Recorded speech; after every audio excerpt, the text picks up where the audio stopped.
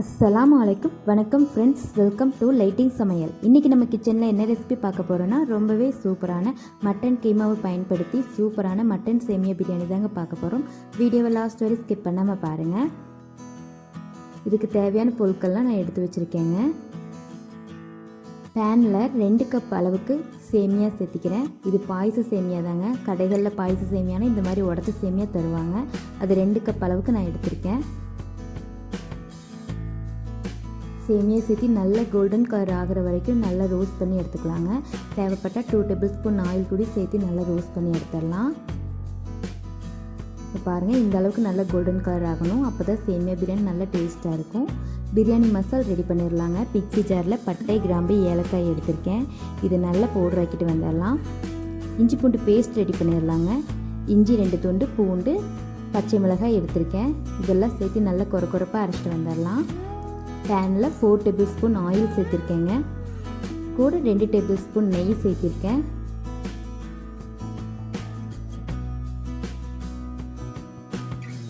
எண்ணெய் நல்லா காஞ்சதும் தாளிப்புக்கு பட்டை, கிராம்பு, ஏலக்காய் எடுத்திருக்கேன்.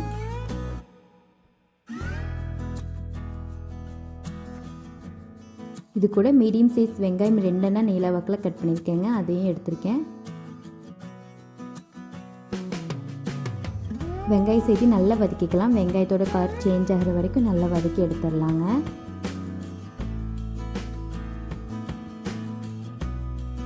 பாருங்கள், வெங்காயத்தோட கலர் சேஞ்ச் ஆயிடுச்சு. இதில் நம்ம அரைச்சி வச்சுருக்கிற பச்சை மிளகாய், இஞ்சி பூண்டு பேஸ்ட் சேர்த்துருக்கேன். எனக்கு 2 டேபிள் ஸ்பூன் வந்துச்சு. அதை நான் அப்படியே சேர்த்துக்கிட்டேன்.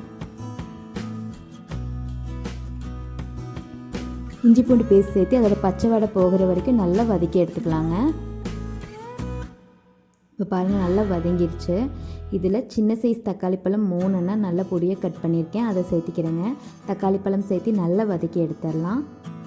இது ரொம்பவே டேஸ்ட்டாக இருக்குங்க. இந்த ரெசிபி கண்டிப்பாக ட்ரை பண்ணி பாருங்கள். பிரியாணி மாதிரியே இருக்கும் இந்த ரெசிபி. பாருங்கள், தக்காளி பழம் நல்லா வெந்துருச்சு. இதில் மட்டன் கைமா 150 கிராம் நான் சேர்த்திக்கிறேங்க.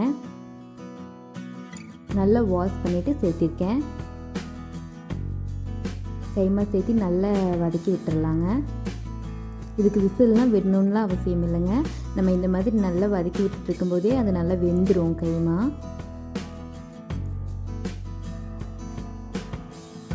இதில் 2 டேபிள் ஸ்பூன் நெய் சேர்த்திருக்கேங்க. நெய் சேர்த்து நல்லா வதக்கி விட்டுடலாம்.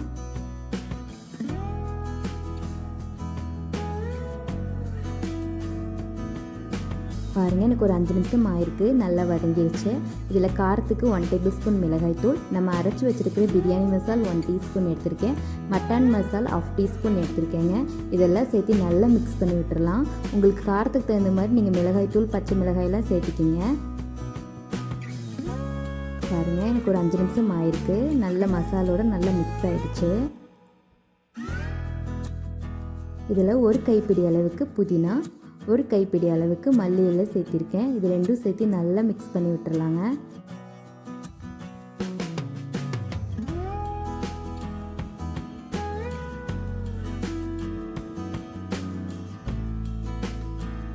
இதில் தேவையான அளவுக்கு உப்பு சேர்த்திக்கிறேங்க. உப்பு சேர்த்து நல்லா மிக்ஸ் பண்ணி விட்டுறலாம். தண்ணியெல்லாம் சேர்க்கணுன்னு அவசியம் இல்லைங்க. இந்த எண்ணெயிலேயே நம்ம கைமா நல்லா வெந்து வந்துடும்.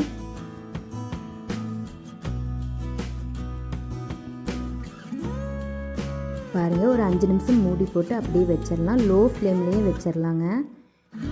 ஒரு 5லேருந்து ஒரு 8 நிமிஷம் ஆயிருக்கு. எடுத்து நல்லா மிக்ஸ் பண்ணி விட்டுறலாம். 1 கப் சேமியாவுக்கு 1.5 கப் அளவு தண்ணிங்க. நான் இன்றைக்கி 2 கப் சேமியா எடுத்தங்காட்டி 3 கப் அளவுக்கு தண்ணி சேர்த்திருக்கேன். தண்ணி சேர்த்து நல்லா மிக்ஸ் பண்ணி விட்டுறலாங்க. இந்த மாதிரி நீங்கள் ட்ரை பண்ணி பாருங்கள். குழந்தைங்க பெரியவங்க வரைக்கும் எல்லோரும் விரும்பி சாப்பிடுவாங்க. நல்லா டேஸ்ட்டாக இருக்கும். இப்போ இதை மூடி போட்டு வச்சிடலாம். இப்போ பாருங்கள், எனக்கு ஒரு 6 நிமிஷம் ஆயிருக்கு. தண்ணி நல்லா கொதிச்சிருச்சு. இதில் 3 பச்சை மிளகாய் சேர்த்துருக்கேங்க. நான் பச்சை மிளகாய் ஃபஸ்ட்டு சேர்க்கலை. ஏன்னா பிரியாணி வெந்து வரும்போது பச்சை மிளகாய் உடஞ்சி அங்கங்கே விதையாக இருக்கும். அதனால் இப்போ தான் சேர்த்திருக்கேன். இதில் நம்ம ரெடி பண்ணி வச்சுருக்கிற சேமியா சேர்த்துக்கலாங்க. மீடியம் ஃப்ளேம்லேயே நம்ம குக் பண்ணிடலாம். இப்போ சேமியா சேர்த்து நல்லா மிக்ஸ் பண்ணி விட்டுறலாங்க.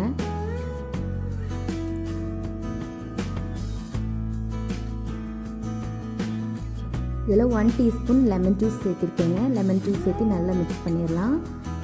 மேலாக புதினா இலையும் சேர்த்துக்கிறேங்க.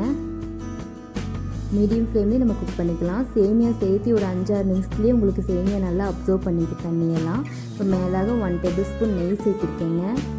நெய் சேர்த்து நல்லா மிக்ஸ் பண்ணிடலாம்.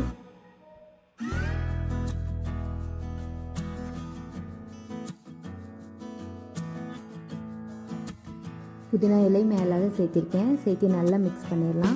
நம்மளோட சேமியா பாருங்கள் எந்த அளவுக்கு இருக்குன்ட்டு. ரொம்பவே டேஸ்ட்டாக இருக்கும். கண்டிப்பாக ட்ரை பண்ணி பாருங்கள். ட்ரை பண்ணி பார்த்துட்டு எப்படின்னு எனக்கு கமெண்ட் பண்ணுங்கள். இப்போ நம்ம இது தம் தாங்க விட போகிறோம். ஒரு டைட்டான லிட் வச்சுட்டு மேலே நல்ல ஒரு வெயிட்டான ஒரு கல் வச்சுருக்கேங்க. 10 நிமிஷம் நல்ல லோ ஃப்ளேம்லேயே இருக்கட்டும். 10 நிமிஷம் ஆயிடுச்சுங்க. நான் மூடி ஓப்பன் பண்ணிட்டேன்.